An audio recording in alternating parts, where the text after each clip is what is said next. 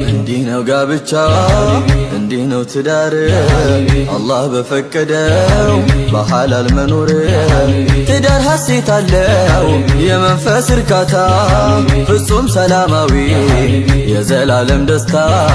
የአይኑ ማረፊያ ናፍቆትም ስስቱ የልቡ ላይ ንግሥት አንቺ ነሽ ሕይወቱ ዘወትር አለሁ በይው አትራቂ ከጎኑ መጽናኛ ሆኝ